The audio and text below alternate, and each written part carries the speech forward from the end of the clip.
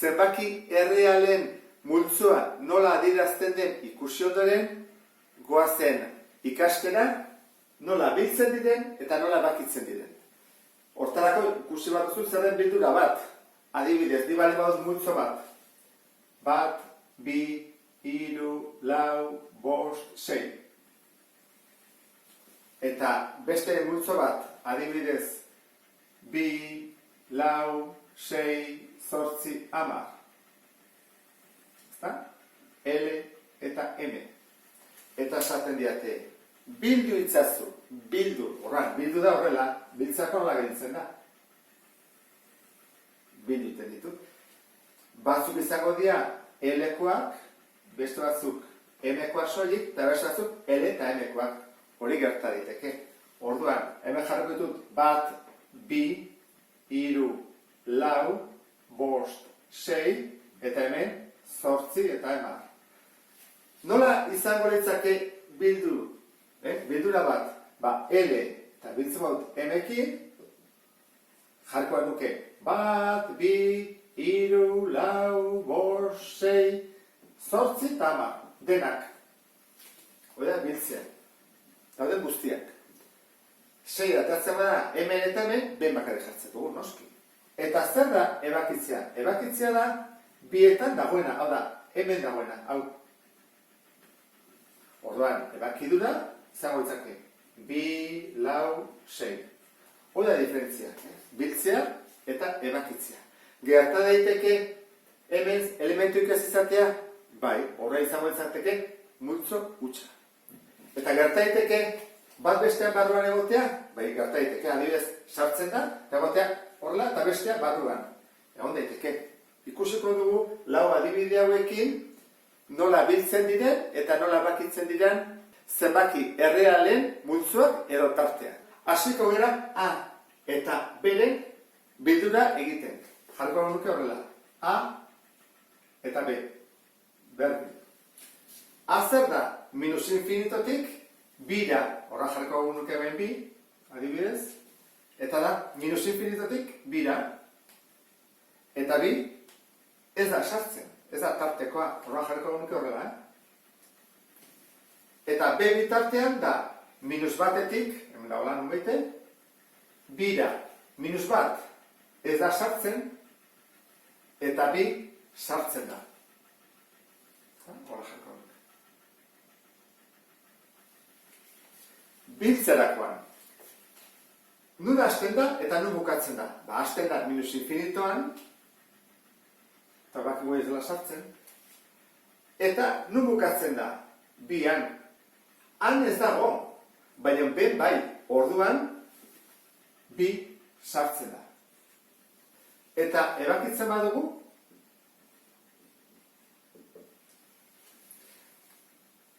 bietan, bi tartetan, zentzu daude.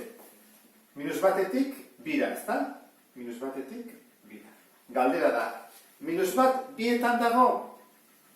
Hemen bai, baina goian ez, orduan, minus bat, ez da sartzen. Ez da tartekoa. Eta bi, behan ez da sartzen, goian bai, orduan, horla jarriko genuke. Lehenengo adibidea egina dago. Goazen ikustea bigarrena. Minus lau, minus hiru ere badago, hiru eta bost. Hasiko gara. Bata, minus lautik bostera. Orduan, minus lautik bostera. Minus lau sartzen da? Ez. Parentesia dago. Ez da tartekoa. Bost sartzen da? Bai, tartekoa da. Horren, D. Minus hirutik, ependik, hirura. Minus hiru sartzen da? Ez. Hiru sartzen da? Bai. Horran hasiko gara biltzen, C eta D. Nondik hasten da? Minus lautik. Non da azkena? Bost. Minus lau sartzen da? Ez. Bost sartzen da? Bai, tartekoa da. Lortu dugu jartzea bildura. Eta bakidura ebaki D. Biak batera nun daude? Irua, minus irutik hasten da, ezta? Minus irutik biak batera hasten dira, badago goian eta badago behan, biak daude. Gertatzen da, hemen badago, tartekoa da, baina hemen borobiltxoa jarri dugu, minus iru ez da goikoan. Horren, bietan egon behar du. Nola dago bietan, jartzen dugu minus iru, ez dela tarte hortakoa. Eta urrego da, iru. Iru, bietan dago, bi tarteetan dago, bai, hemen badago, eta goian ere bai. Horren, iru, bai, bietan sartzen da. Horren jarriko dugu horrela, hau ere, amaitu dugu. Horren, E eta F. Hau, zuzen erdi bada. E, F. Kenduko dut goikoa berriro.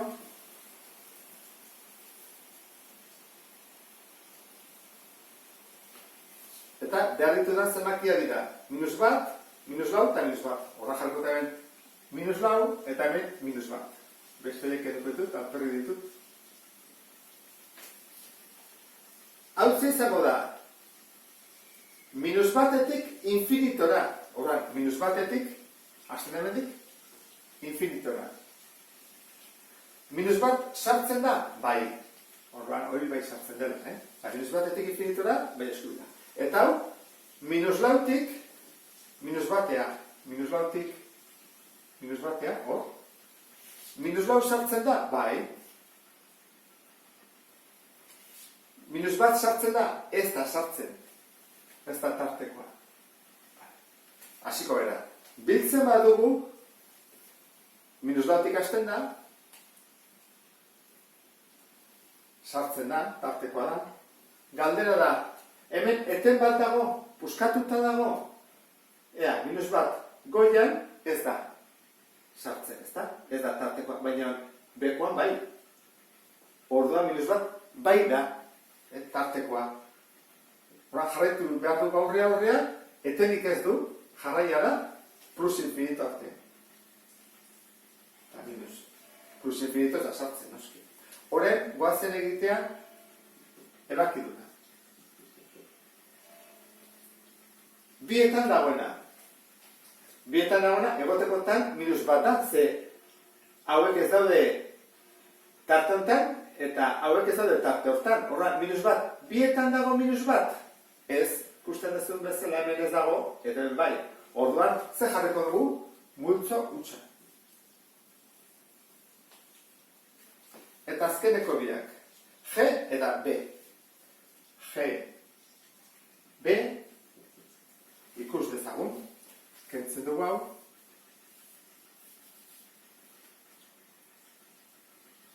Minus iru, bat, bi. Horra jarriko dugu. Minus iru, horti dago, bat, hemen jarriko dugu, eta bi. Argaitezen. Hau da, minus irutik batera. Horra, minus irutik batera. Tarte itxia da. Orduan, minus iru sartzen da, tartekoa da, eta hori bai, biak ere tartekoak. Eta ben, zer gertatzen da, batetik bira dela, hemendik onera. Bat, sartzen da, bai, tartekoa da. Eta bi, horra jarriko dugu. Orduan, orain, egin dugu bildura. Nun daude, soluzioa biltzen baitugu, minus irutik hasten da, eta minus iru bada, bat, bietan dago, orduan, jarraitzen du, jarraia da, bi arte. Bi ez da sartzen. Eta azkena, ebakidura. G, ebaki, B. Berdin. Bietan badago punturik, zenbakirik, izatekotan hau. Bat, ezta? Hemen badago, eta hemen ere bai. Orduan, bat, bi multzotan dago. Hemen, eta hemen. Ikusten da, bat, eta bat. Hori nola idazten dugu, erantara. Bat.